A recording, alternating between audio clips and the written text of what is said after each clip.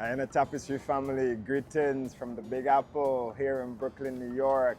We're in the aftermath of the Labor Day weekend, after all the madness yesterday when tens of thousands of revelers tramped down Eastern Parkway and converged right here outside of the Brooklyn Museum during what was the 58th West Indian American Day Parade. Now, in the meantime, Guyana Tapestry was recuperating from the events that celebrated the 25th anniversary of the Guyana Cultural Association New York Incorporated GCA. The GCA brought the curtains down after several weeks of activities that marked the annual folk festival season. The Fun Day, as always, is a spectacle, a vibrant display and celebration of Guyanese cultural heritage that brings together thousands from across the global diaspora community. The folk festival features cultural displays of some of the leading artists, dancers, musicians, and artisans from Guyana and the diaspora. And this is just one of the several core projects, the signature projects that comprise the GCA's year-round curriculum. But what is the GCA? The Guyana Cultural Association New York Incorporated is a 501c3 nonprofit organization right here in Brooklyn, New York. It's dedicated to promoting, preserving, and celebrating Guyanese cultural heritage, especially in the diaspora. Now, officially incorporated in the year 2000, for 25 plus years, this organization has been cultivating and creating space for Guyanese and friends of Guyana to learn of and experience a taste of that Guyanese vibe. Now, without doubt, this organization represents one of the most important and credible pillars of Guyanese culture outside of Guyana. And significantly, in the home of the largest community of Guyanese outside of Guyana, and arguably a community of Guyanese larger than Guyana, right here in New York City. Now, what do I mean by Guyanese culture? The current president of the GCA, Ms. Ave Brewster Haynes, describes culture as who we are, our way of life, that shared system of values, beliefs, norms, customs, symbols, knowledge, and practices that are used to interpret the world and sometimes help to influence and guide our behaviors and communicate meaning. And these traits can be both material and immaterial. Some of the material traits refer to the foods we eat, like the chicken curry that we like, dal and rice, roti and baigan choco, or the clothes we wear, such as the dashikis, the sharjaks, the saris, and the kurtas. Some of the immaterial traits refer to the traditions we recognize and celebrate, or our language, such as that common Guyanese accent recognizable a mile away by another Guyanese, right? Or the chutney and calypso, because I'm a Guyanese babu. Now, these attributes are learned and transmitted across generations and continuously reshaped through social interactions and adaptation. Now, in the lead up to this year's folk festival celebrations under the theme Guyana's Cultural Vibe, Vivid and Alive at 25, the interim executive director, Ms. Claire Patterson-Mona, and the assistant cultural director and Kwekwe committee co-chair, Ms. Verna Walcott-White, sat down with Guyana Tapestry and shared some more about the work of this pivotal organization in Brooklyn, New York, and beyond. Take a listen. So somewhere around 2000, a group of like-minded Guyanese got together and decided that there has to be incorporated venue for us to do this work. And if you bear with me, I'll read from the Claire Goring biography. Some years ago, I met Claire Goring, and we needed to do more from a cultural perspective here in New York City. And so there used to just be flag raisings and breakfasts, and a group got together and decided that they were going to create an organization to fill the gap. And the organization, right, is the Guyana Cultural Association of New York. So our mission is to promote, preserve, and propagate Guyana's rich cultural heritage in the diaspora and beyond. You would not believe it. We have people who are in Thailand, in Australia, in London, and they come in droves. I mean, this is like the gathering spot on Labor Day weekend. And so they come to Folk Festival. And so it's important for us to, from the preservation perspective, to document everything that we do through our Guy Folk Culture magazine. We have other publications, our first Masquerade book. and our online presence, as well as the investment into children. Claire Goring was big on children and how you nurture them and keep the culture alive. Inculcating those cultural values. Absolutely. The cultural values has to be sort of center of the plate. Yes. And so that's been our mission, and we hope to deliver every year. Guyana Cultural Association, we start throughout the year with our first event, the SWS, which is the summer workshop for the children. Here, Pelham is wearing the t-shirt.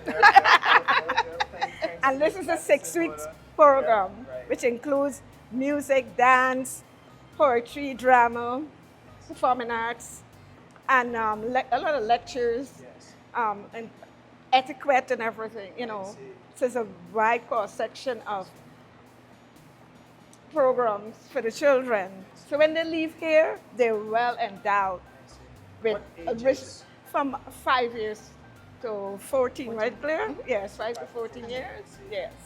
Mostly 6 to 14, but there's some 5-year-olds who are mature. Yeah, So, they're very mature at this age, Community. yes. We started this 15 years ago, and it's evolved over time. And as you can see, we have our QR code, we have our notices. We are trying to make sure that the kids are wearing their summer t-shirts. That was designed by our cultural director, Clive Crowell. And Fridays are generally our outdoor classroom activities. This past Friday, we went to the Wyckoff House Museum, and they had a deep immersion in composting and farm life in Brooklyn and feeding the chickens. It was something to behold. Registration forms, we partner with Metro Plus Health Plan. They provide Child Health Plus as well as insurance for parents. And then you'll see some of our summer workshop series footage over the years. At the end of each session, we do a booklet, and the kids are featured, and they write their stories and tell about their experience. This is interesting because this young lady, Zamora, is now going to be our 2025 Claire Goring awardee. So she's evolved over time. She's grown up. She's grown up. The association. Yes. So our library. So when they come in the morning, they take a book until class is ready. Because some parents drop them off early. So this is their space. We have For reading. Yeah. We have our arts and craft over here and our sewing room over here. Let me just. Okay. So there's lots of activity going on at the Caribbean Heritage Summer Workshop Series. So they learn how to sew. Yeah. So you can see some of our instruments are here. Covered sewing machine. Is it Yeah, okay? isn't that key? No, there's a singer. Singer. And the bobbin and the thread. The thread and everything. Everything ready to roll. Oh wow. And a plethora of drums are in the back because Wednesday afternoon, Jaget brings out the drums. So they learn This- how to play instruments. Yes, absolutely. That's part of the curriculum. And, one of the byproducts of the art group are costumes that they're going to use for their carnival. This is just a sample of the work. Of what they create. Yes. And do they wear these costumes? Yeah, in the finale. I see. And a couple of years ago, we actually Where? know the finale for the summer workshop summer series. workshop. The Guyana Cultural Association, according to former GCA President Dr. Vibert Cambridge, was formed by a critical mass of Guyanese who drew on their long-standing involvement in Guyana's cultural scenes and spaces during the 1970s and 80s, and the intellectual power and product present in the diaspora to bring festival arts to life in the community. And what started as a one-day event in the late 1990s has evolved into the curriculum of programs now associated with folk festival season. The name Claire Ann Goring is a recurring theme on the lips of GCA executives as having played an outsized role in the formation and early leadership of the Guyana Cultural Association. Goring is herself a celebrated cultural icon and an award-winning costume designer. She hails from Victoria Village on the east coast of Demerara in Guyana. Claire's life was deeply rooted in culture, community, and creativity.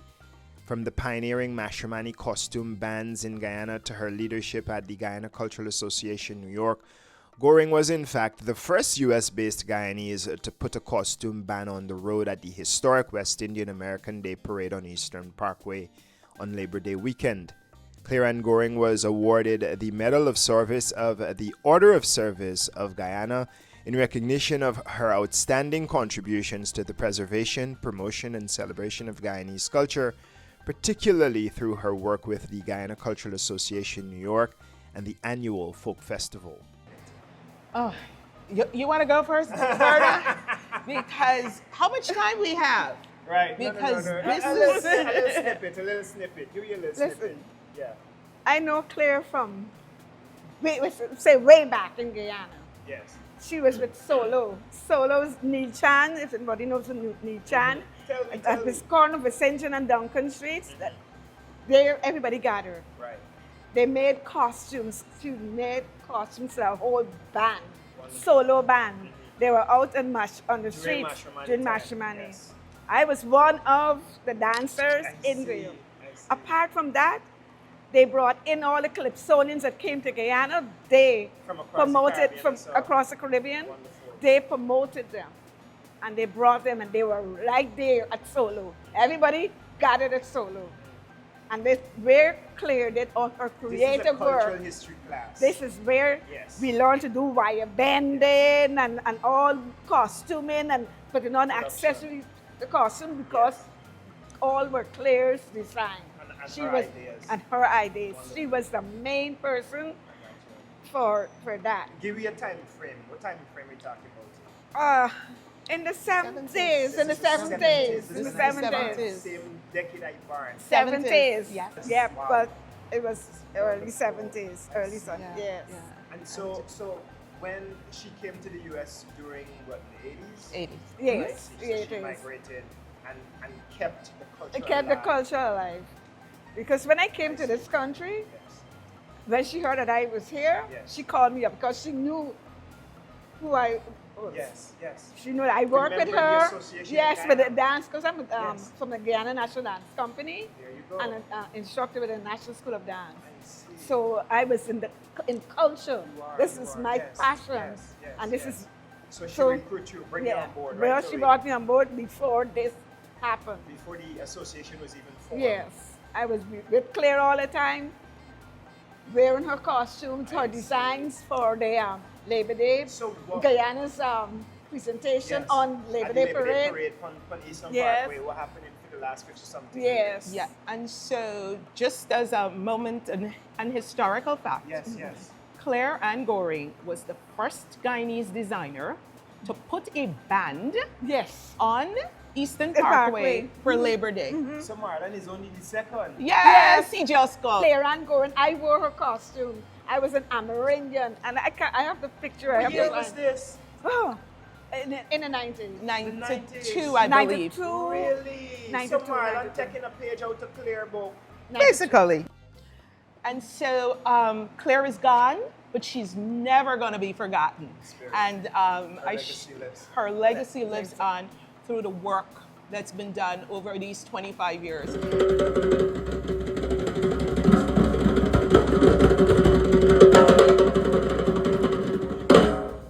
Ashe.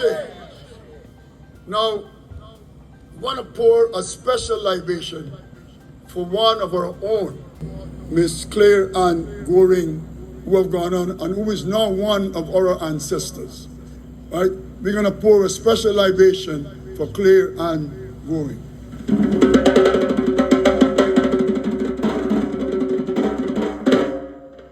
Ashe.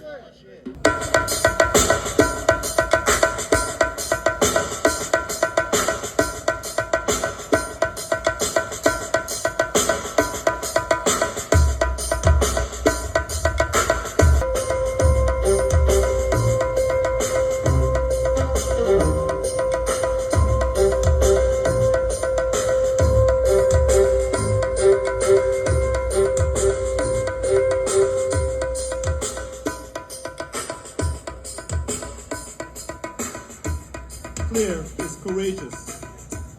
She's a leader. She's ambitious. Claire is insightful. She is remarkable. She's ebullient. Claire Goring is creative. Claire Goring is loving. But why are institutions like this important? Dr. Cambridge believes that hometown associations like the Guyana Cultural Association provide important platforms for inter-ethnic and intergenerational dialogue, leveraging those umbilical connections to strengthen professional, economic, political networks within the community. He invites younger Guyanese in the diaspora to take initiatives to invite older Guyanese to utilize the modern technologies and social media platforms to build and maintain community connections. It is important for institutions such as the Guyana Cultural Association to preserve the culture, because you've got first, second, third, fourth generation, and so much gets lost, either from the transition from Guyana to America, right? Or whichever country. Yeah. And so we just serve as a conduit to continue the conversation. So whether it be a culinary experience in our food, Right. our fashion, our songs, Yes. our dance, Right.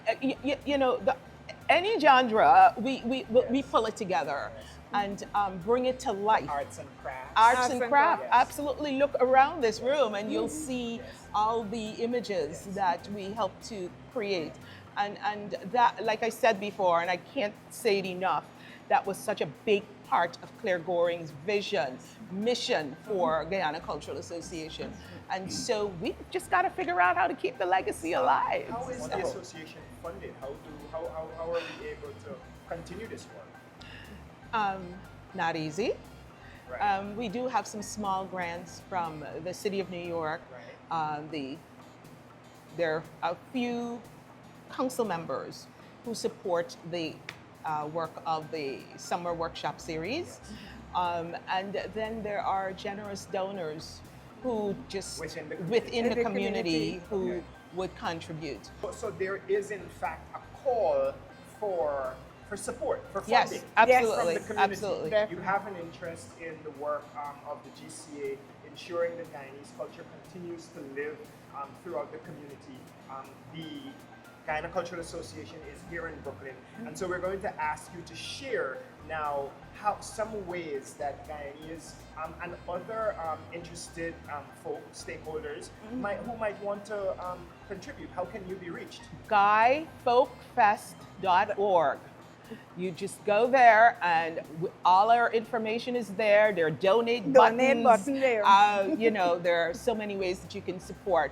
So again, GuyFolkFest.org, or you can send us an email at guyfolkfest@gmail.com. Wonderful. Thank you. Yes, awesome. The GCA is undoubtedly led by a group of talented Guyanese, all of whom, though, support the organization on a volunteer basis. They're always looking for young talent, passion, and funds to continue this important service in the community.